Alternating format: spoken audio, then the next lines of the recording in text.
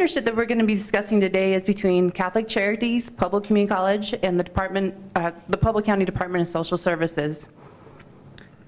Not only will this help our students, but it's also going to help our people throughout our community, which is always a mission of the college. To give us a little bit more about the background and how this concept came together, I'd like to introduce Joseph Mahoney from Catholic Charities of the Diocese of Pueblo. He's going to come up and talk to us about Project Access. Access stands for Advancing Community Care, Enhancing Student Success. So everybody, if you'll please welcome Joe.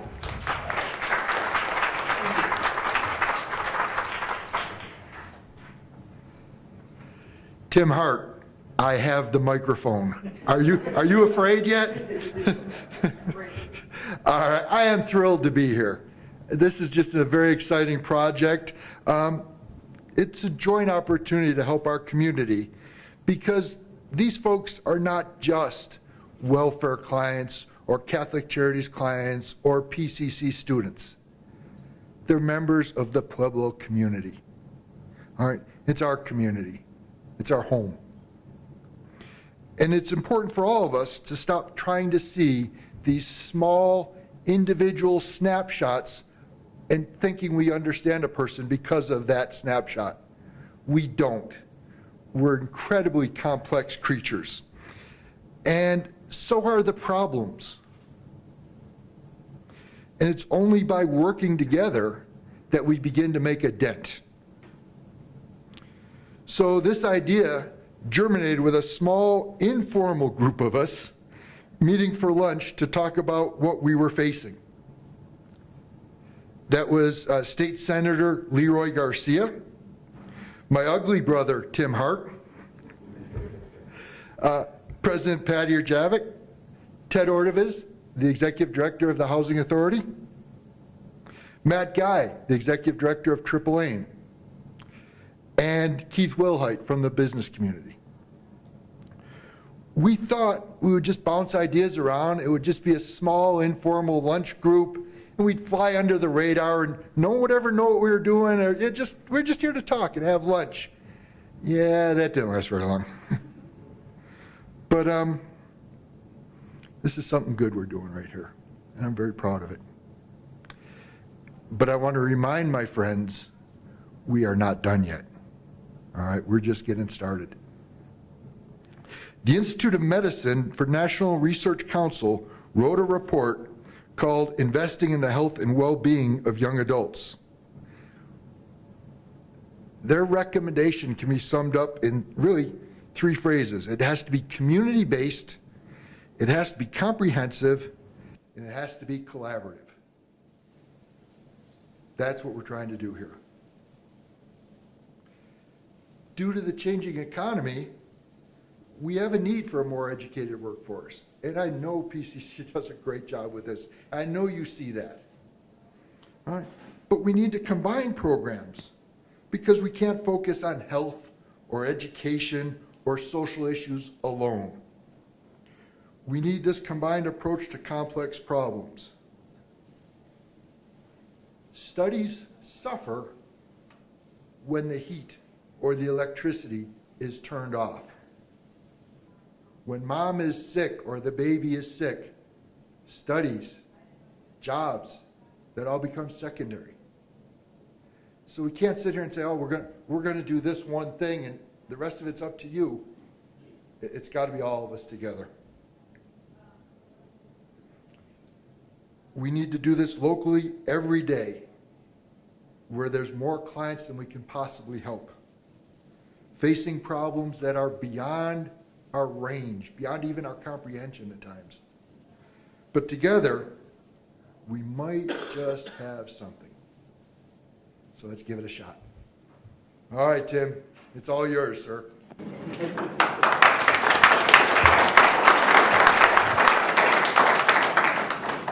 Now let me formally introduce. This is Tim Hart. He's the director of the Pueblo County Department of Social Services, and he'll explain a little bit more about what Project Access is and how it'll be addressing our community's needs. Tim?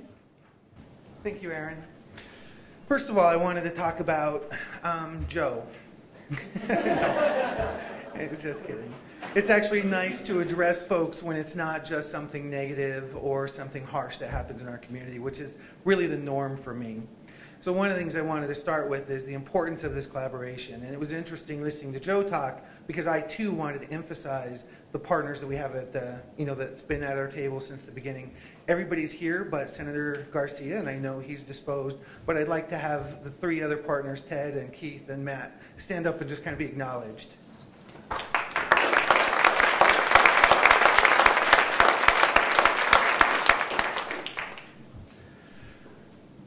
When Joe and I first started talking about what do we really want to do to impact Pueblo, and we started talking about the impact of Pueblo's poverty on issues such as child and adult maltreatment, teen pregnancy, primary and secondary education, crime rates, and all the other societal issues that we can identify. Pueblo has so many strengths and so many great traditions and cultures, but we also have these barriers to making our city great.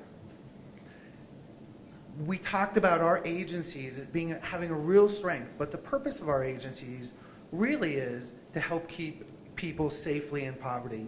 We get them established, we get them housing, we get them the benefits, we get them this food assistance, we do those things, but we really needed to strengthen and find a way to help those folks move out of poverty and into economic security. Not just for them, not just now, but for their children and their children's children, and really change the idea of that. They talk about a concept of two-generational approach. And that again is, how do you affect the individual in front of you, but understanding that we're also affecting the next generation and their parents, because as they find economic security, so do their parents get helped with economic security. Our overall goal was to remove these primary barriers to economic security for marginalized adults who are facing persistent inequalities due to family background or poverty, or even issues that they may create, substance abuse, or other things that they may find themselves into. These barriers were reflected by the expertise of the group: housing, physical and emotional health, the broader cultural and societal issues that affect well-being, financial understanding, and access to education. We believe the most effective and efficient way to accomplish this was through post-secondary education, certification, and economic class, and degree programs such as those offered at PCC. Project Access will place 2 Catholic Charities case managers on the PCC campus. Each will be tasked with coordinating of life skills and academic assessments in collaboration with the PCC academic personnel, engagement of participants in one of 2 options for change courses or seminars that are designed to explore their own beliefs, thoughts, and behaviors as they impact and relate employment and economic security. One seminar is geared towards customers receiving services through my department through our Colorado Works program.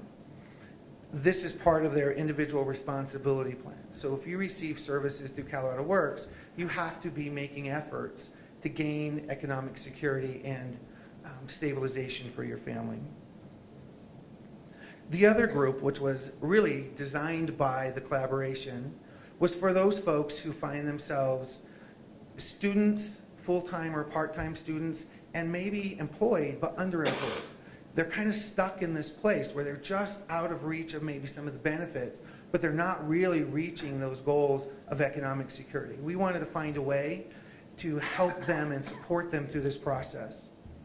All participants will develop an individual career and academic plan, again in collaboration with the case managers and PCC staff, and will receive ongoing support to address those social needs and other barriers to success through mentorship and individualized services. We had to recognize that sometimes students can't get to school or can't get to work because their cars break down.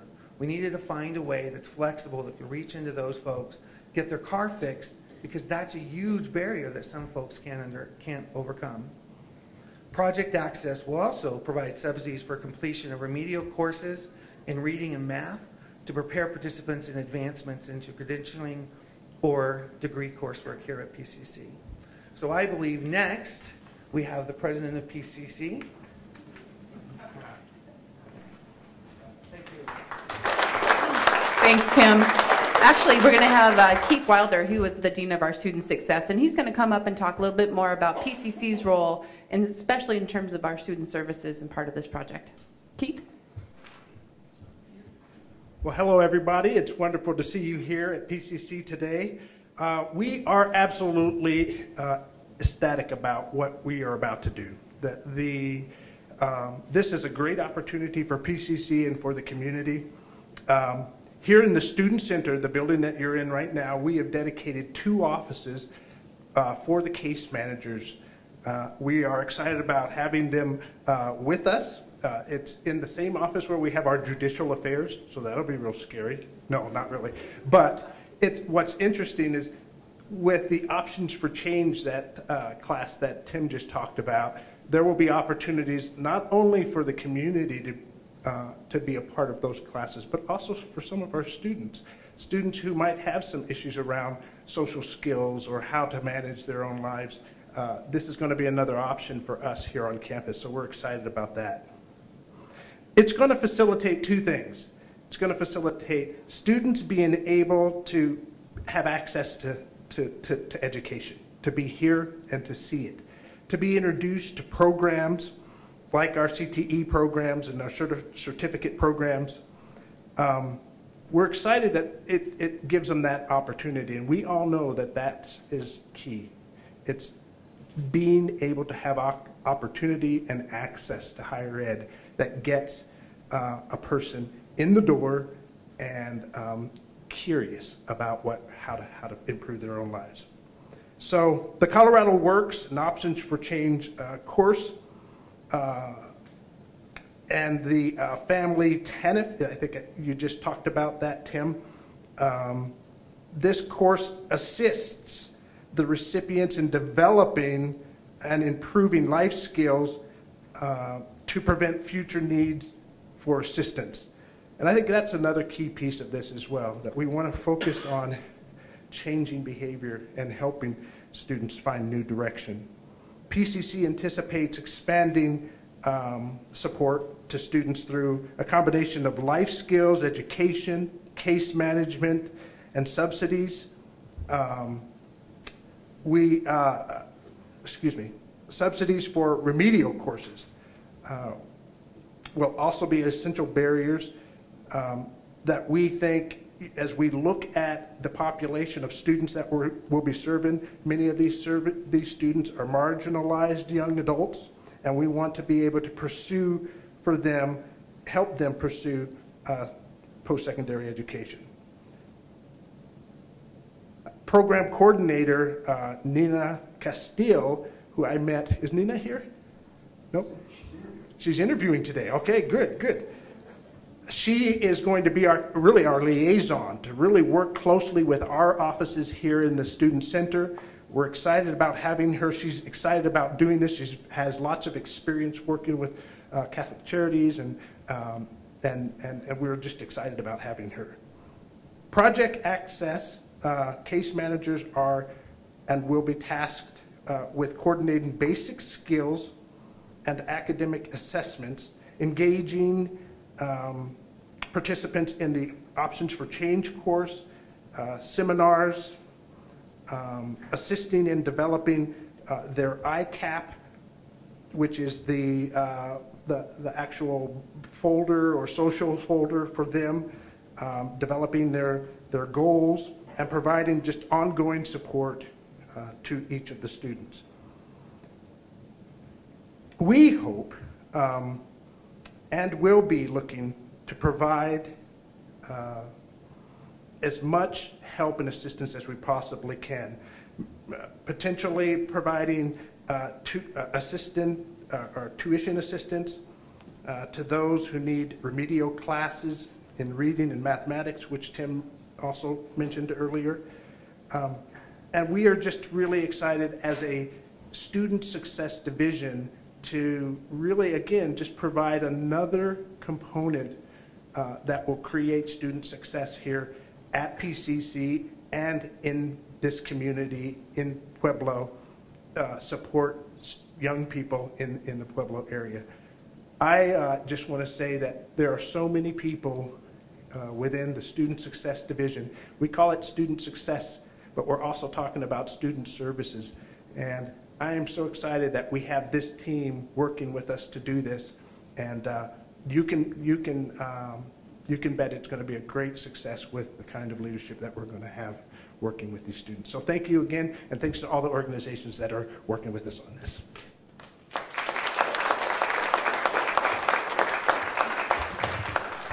Thank you, Keith. And for some final thoughts, it's my honor to introduce our president here at Pueblo Community College, Patty Urjavik. Good morning, and thank you all for coming to celebrate the beginning of what I know is going to be a very, very important initiative here at Pueblo Community College and for the city of Pueblo.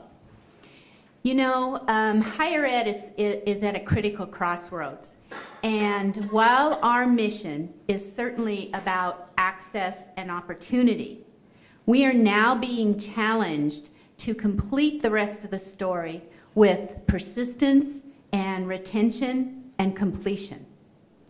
And so we're getting ready to start a new semester, and over the course of the next week or two, this ballroom is going to be full of brand new students.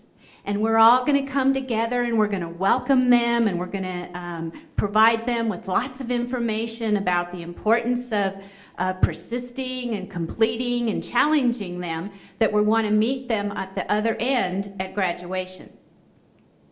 And slowly over the course of the semester, we'll see fewer and fewer faces. And that's because the social cognitive issues that our students are faced with get in the way. And whether it's not having appropriate daycare or having domestic disputes with their spouses, something keeps them from coming back. And because of that, then, we end up with a community that's in poverty. We end up with a community that does not have a highly skilled workforce, and a community that has a hard time attracting and retaining business and industry. That's why this program is so terribly important. When I was brought into this group, I could appreciate the fact of what the partners do on a daily basis, trying to get individuals to understand that the only way out of poverty is with a good education. Because you see, on this end, we do have students that come and at least understand that concept, but they don't stay. They don't graduate. And so to be able to be part of a partnership where there are going to be resources that when a student finds themselves at that crossroad, do I come to school or do I take care of my child? Do I take care of my family? Do I don't know, whatever. We'll be able to say you can do both. Because at the end of the day, you are going to end up highly skilled, highly trained, highly employable. And that's good for you, it's good for your family, and it's good for our community. That's our way out of poverty.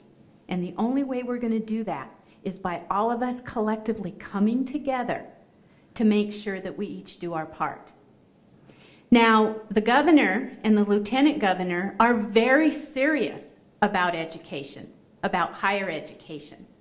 And so they challenged all the institutions of higher ed to find partners, to go out and find partners, and they offered a grant that was over $1 million, $1.3 million. And they said, with the passage of House Bill 1319, remember, your livelihood is going to be dependent on whether or not you can produce highly qualified, highly skilled individuals. And so we're going to give you some help. So, of course, we're always interested in looking for ways to overcome the barriers, and we have this partnership today.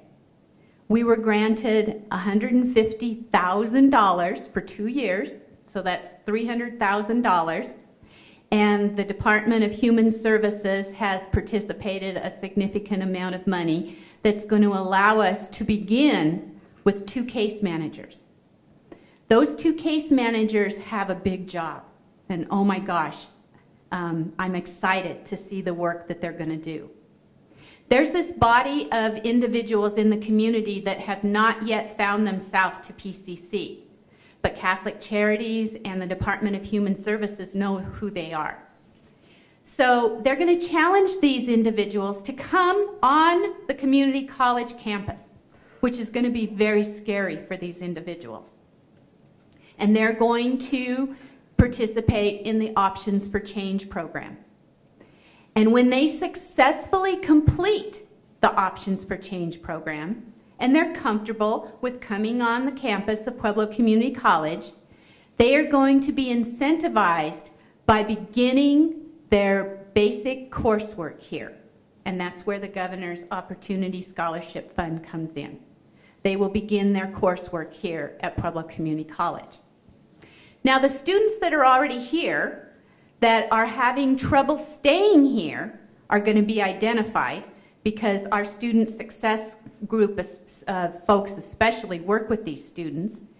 They're going to be able to say, we know you have a challenge, but we have people that are going to come on campus to help you. But you're going to have to do your part too. You're going to have to go through this Options for Change program.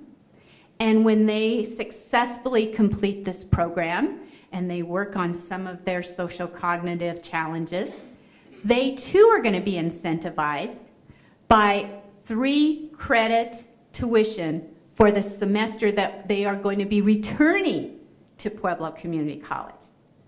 So at the end of the day, we all win. The students win. We as citizens in Pueblo win. Our business and industry wins.